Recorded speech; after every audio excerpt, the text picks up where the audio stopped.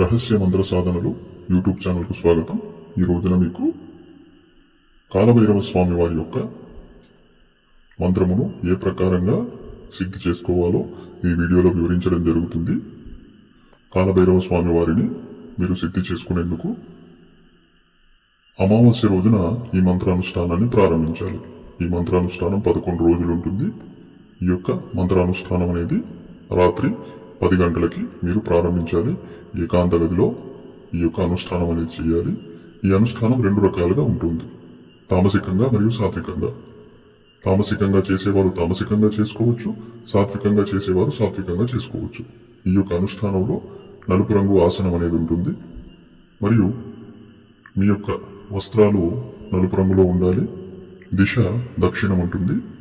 మీ ఎదురుగా పీఠం పైన నలుపు రంగు వస్త్రాన్ని పరిచి ఆ వస్త్రం పైన పసుపు అక్షింతలు ఉంటాయి కదా, పసుపు మరియు బియ్యం కలిపి అక్షింతలాగా చేసుకుని ఒక స్వాస్తికం నుంచి ఆ యొక్క స్వాస్తికం పైన కాలభైరవ స్వామి వారి ప్రాణ ప్రతిష్ఠ మరియు సిద్ధి కలిగిన విగ్రహాన్ని ప్రతిష్టాపన చేసి ఎదురుగా ఒక మట్టి దీపంలో నల్ల నువ్వుల నూనె లేదా నువ్వుల నూనె అనేది పోసి దీపాన్ని ప్రజ్వలితం చేయాలి మరియు 5 అగరబత్తులు వెలిగించాలి.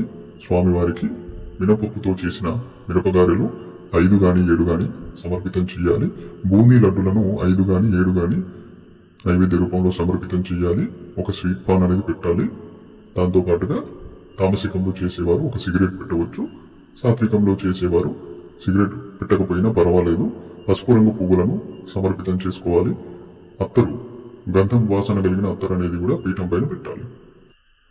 ఈ ప్రకారంగా స్వామివారికి పంచోపచార పూజలు అనేవి చేసి ఆ తర్వాత 5 నిమ్మకాయలను బలి సమర్పణ చేసి, కొబ్బరికాయ బలి సమర్పణ చేసి మంత్రజపం చేయవలసి ఉంటుంది. మంత్రజప విధానం ఈ ప్రకారంగా ఉంటుంది. ఓం గం గణపతయే నమః ఒక మాల జపించి, ఆ తర్వాత పంచాక్షరి మంత్రాన్ని ఒక మాల జపించి, ఆ తర్వాత మీకు గనక గురువు ఉండి గురువుల ద్వారా మీరు గురుమంత్ర సిద్ధి పొందినట్లయితే గురుమంత్రాన్ని ఒక మాల జపించాలి. గురుమంత్రం లేనట్లయితే ఓం గురుభ్యో నమః అనే మంత్రాన్ని జపించి ఆ తర్వాత మీరు కాలభైరవ స్వామి వారి యొక్క మంత్రాన్ని జపించవలసి ఉంటుంది. ఈ యొక్క సాధనలో వినియోగించే మంత్రము, మూల మంత్రము ఈ ప్రకారంగా ఉంటుంది. ఓం క్రీం క్రీం క్రీం కాలభైరవాయ ఫట్ స్వాహ. ఇది మంత్రము. ఈ మంత్రాన్ని 21 మాలలు మీరు రోజు జపించాలి. 11 రోజుల అనుష్ఠానం ఉంటుంది.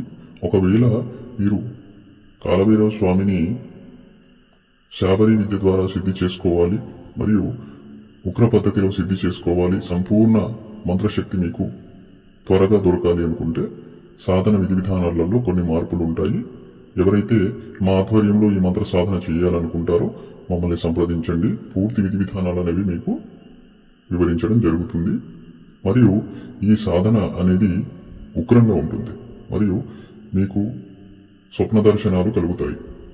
నల్లటి ఆకారంలో కుక్కలు కనిపించడము, నల్లటి ఛాయారూపం కనిపించడము మరియు మీరు నిద్రలో ఎవరో మిమ్మల్ని అకస్మాత్తుగా లేపినట్టు ఉలిక్కిపడి లేవడము, అలాగే మీరు జపం చేస్తున్న గదిలో చుట్టుపక్కల ఎవరో మిమ్మల్ని బాగా గమనిస్తున్నట్టు అనిపించడము, మీతో పాటు మీ ఇంట్లో వాళ్ళకి కూడా ఏమైనా అనుభవాలు కలగవచ్చు.